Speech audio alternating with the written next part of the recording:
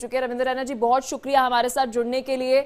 Sir देखिए, 370 का वादा जो है वह नेशनल कॉन्फ्रेंस ने चुनाव से पहले किया था और वही दिखावटी हम देख रहे हैं कि लड़ाई करने की कोशिश नेशनल कॉन्फ्रेंस करते हुए नजर आ रही है इस वक्त विधानसभा सेशन में। बीजेपी का इस पूरे मुद्दे को लेकर क्या कहना है? देखिए, धारा 370 का जम्मू कश्मीर की विधानसभा से कुछ लेना देना नहीं है। धारा 370 जो कि हमारे देश के कॉन्स्टिट्यूशन का एक उसको हिस्सा बनाया था कांग्रेस ने 1950 के दशक में, वो 5 अगस्त 2019 को माननीय प्रधानमंत्री मोदी साहब के नेतृत्व वाली सरकार ने उखाड़ के फेंका, क्योंकि धारा 370 की आड़ में जम्मू कश्मीर के अंदर आतंकवाद, अलगाववाद और पाकिस्तान की मानसिकता को जन्म दिया गया था। लाखों बेगुनाह लोगों ने इस आतंकवाद जो धारा 370 की आड़ में यहां जन्मा, उस आतंकवाद ने यहां बर्बादी के मंजर लाए और प्रधानमंत्री मोदी साहब और अमित शाह साहब ने इस धारा को समाप्त करके राष्ट्र हित में बहुत बड़ा निर्णय लिया।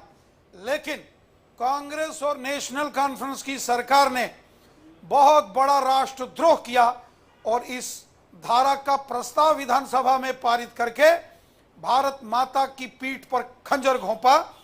भारतीय जनता पार्टी किसी सूरत में भी इस राष्ट्र विरोधी एजेंडे को हम यहां कामयाब नहीं होने देंगे। ईंट से ईंट बजा देंगे इन देशद्रोही कांग्रेसियों और नेशनल कॉन्फ्रेंस की, लेकिन भारत माता पर आंच नहीं आने देंगे जम्मू कश्मीर में। रविंद्र रैना जी, देखिए एक बहुत जरूरी सवाल मैं आपसे पूछना चाहूंगी। आपको फारूक अब्दुल्ला का बयान तो वो याद होगा जहां पर वह ये बात कहते हुए नजर आए थे कि देखिए जम्मू कश्मीर में जो आतंकी हैं उनका इनकाउंटर नहीं करना चाहिए, उनकी गिरफ्तारी करनी चाहिए और ये जानना चाहिए कि 16 अक्टूबर को शपथ ग्रहण के बाद ऐसा क्या हुआ कि आतंकी हमले इतने ज्यादा बढ़ गए हैं, इसकी जांच करनी चाहिए। जम्मू कश्मीर की जो नेशनल कॉन्फ्रेंस की और कांग्रेस की सरकार है, ये पाकिस्तान के और आतंकवादियों के एजेंडे को आगे बढ़ाने की एक साजिश और कोशिश कर रही है। लेकिन मैं भी इनको चुनौती देता हूं कि तुम किसी गलतफहमी में हो। एनसी और कांग्रेस वालों, हमारे देश में मोदी जी की सरकार है और हमारे देश के गृह मंत्री अमित शाह साहब हैं। तुम्हारे हर षड्यंत्र, हर साजिश का मुंह तोड़ जवाब देंगे और एनसी और कांग्रेस के इस पाकिस्तानी एजेंडे की हम ईंट से ईंट बजा देंगे, लेकिन इनके मंसूबों को हम कामयाब नहीं होने देंगे।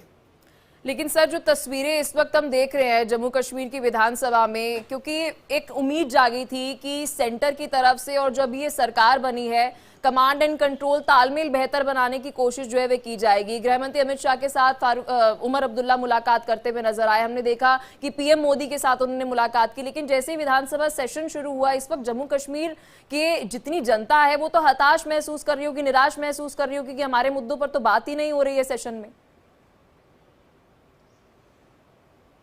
देखिए, यही तो दुर्भाग्य है। लोकतंत्र में लोग सरकारें चुनते हैं, सरकार बनाई जाती है समस्याओं के समाधान के लिए, लोगों की परेशानियां दूर करने के लिए, अमन शांति और विकास के लिए। लेकिन यहां जम्मू कश्मीर में अमन शांति को बिगाड़ने की कोशिश और साजिश कांग्रेस और नेशनल कॉन्फ्रेंस की सरकार ने की है, जिसका खामियाजा इनको भुगतना पड़ेगा। साथ ही रविंद्र रैना जी, बीजेपी के कई सारे नेताओं ने, विधायकों ने आरोप लगाया कि स्पीकर ने जो है ये रेजोल्यूशन को बैठकर विधायकों के साथ जो है लेकर आए हैं वो सदन के अंदर। क्या ऐसा कुछ हुआ? इस बारे में क्या जानकारी है बीजेपी के पास? जो भी षड्यंत्र जम्मू कश्मीर की विधानसभा में हुआ है, हर षड्यंत्र का बीजेपी ने डटकर मुकाबला किया है और आगे भी किसी षड्यंत्र को, किसी राष्ट्रद्रोह को हम जम्मू कश्मीर में कभी लागू नहीं होने देंगे। किसी भी षड्यंत्र को हम, इनके ये जो साजिशें हैं, इनको यहां लागू नहीं होने देंगे। ईंट से ईंट बजा देंगे इनकी, लेकिन भारत माता की जो मान सम्मान है उस पर आंच नहीं आने देंगे। रविंद्र जी, रेजोल्यूशन को लेकर क्या जानकारी है? क्योंकि बीजेपी विधायकों का ऐसा कहना है